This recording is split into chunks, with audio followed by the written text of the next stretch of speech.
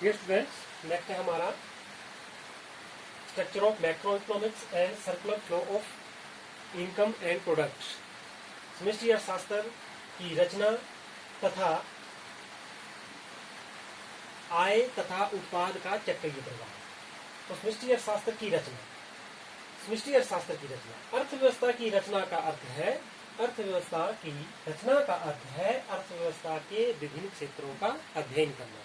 तो समष्टि अर्थशास्त्र में अर्थव्यवस्था के जो क्षेत्र होते हैं, सेक्टर होते हैं, ये मुख्यतः चार भागों में बांटे जाते हैं, चार क्षेत्र होते हैं। फर्स्ट है हाउस होल्ड सेक्टर, गृह क्षेत्र, सेकंड है उत्पादक क्षेत्र, प्रोड्यूसर सेक्टर, थर्ड है गवर्नमेंट सेक्टर, सरकारी क्षेत्र, and the fourth one is rest of the world sector, शेष विश्व क्षेत्र।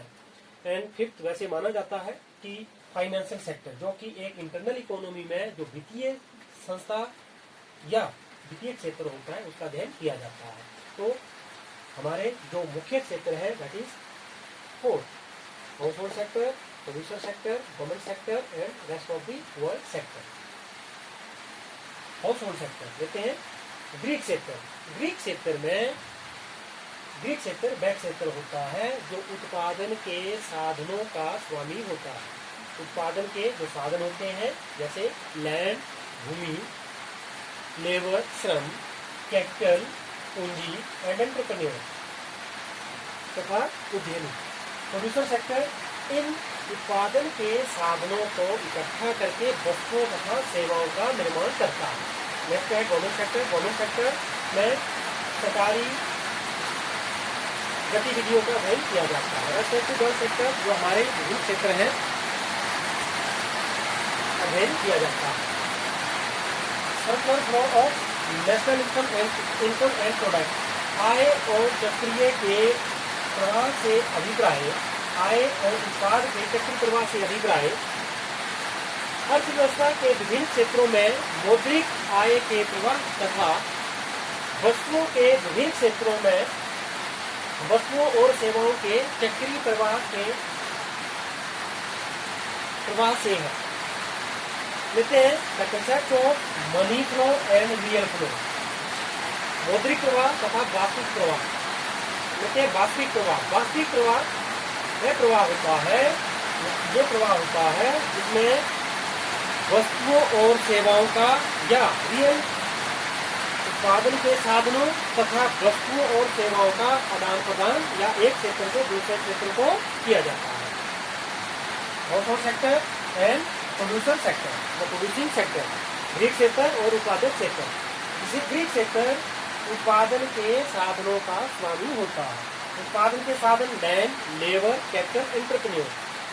तो उत्पादन के साधनों के स्वामी गृह क्षेत्र, उत्पादक क्षेत्र को उत्पादन के साधन सर्विस ऑफ सेक्टर, उत्पादन के साधनों का फ्लो प्रवाह उत्पादक क्षेत्र की ओर होता है।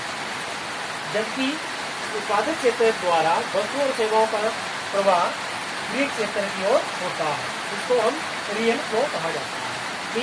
रियल फ्लो में क्या होता है? उत्पादन के साधनों का प्रवाह गृह क्षेत्र से उत्पादक क्षेत्र की ओर और वस्तुओं तथा सेवाओं का प्रवाह उत्पादक क्षेत्र से गृह क्षेत्र की ओर। इस प्रवाह को हम वास्तविक प्रवाह कहते हैं। मॉनेटरी फ्लो, मौद्रिक प्रवाह। मौद्रिक प्रवाह में वस्तुओं और सेवाओं के बदले में किए गए भुगतान तथा उत्पादन के साधनों के बदले में किए गए भुगतान का मौद्रिक भुगतान मौद्रिक प्रवाह कहलाता है। कहते हैं इसी तरह से हाउस होल्ड सेक्टर, गृह क्षेत्र, प्रोड्यूसर सेक्टर, उत्पादक क्षेत्र। उत्पादक क्षेत्र गृह क्षेत्र को, घरेलू क्षेत्र को वस्तुओं और सेवाओं का प्रदान करता है। उत्पादक क्षेत्र इन वस्तुओं और सेवाओं के बदले में इनके मूल्य, कंजप्शन, एक्सपेंडिचर, उपभोग, ये जो वस्तुओं सेवा पर उपभोग किया जाता है, इसके बदले में जो उत्पादक क्षेत्र को प्राप्त होता है वस्तुओं सेवाओं की कीमत उत्पादक क्षेत्र की ओर और मुद्रा का प्रवाह हाउस होल्ड सेक्टर द्वारा जो उत्पादन के साधन दिए जाते हैं, तो इस उत्पादन के साधनों के बदले में उत्पादक क्षेत्र गृह क्षेत्र को कैपिटल पेमेंट प्रदान करता है। जैसे भूमि को रेंट, लैंड भूमि को रेंट, लेबर को वेजेस, कैपिटल को इंटरेस्ट एंड एंटरप्रेन्योर को प्रॉफिट प्रदान करता है। तो ये था हमारा concept of monetary flow and real flow. Student, real flow में वस्तुओं और सेवाओं का प्रवाह किया जाता है एक क्षेत्र से दूसरे क्षेत्र की ओर। वस्तु और सेवाएं और उत्पादन के साधनों का प्रवाह विभिन्न क्षेत्रों में या दोनों क्षेत्रों में किया जाता है। लेकिन मौद्रिक प्रवाह में मुद्रा का प्रवाह, मौद्रिक प्रवाह मुद्रा का प्रवाह उत्पादक क्षेत्र से गृह क्षेत्र की ओर और गृह क्षेत्र से उत्पादक क्षेत्र की ओर मुद्रा का प्रवाह किया जाता है। ये पेमेंट जो है इसके बदले में ये पेमेंट है, इसके बदले में ये पेमेंट, इसको मौद्रिक प्रवाह और रियल फ्लो कहा जाता है। तो आज का हमारा टॉपिक कितना ही था।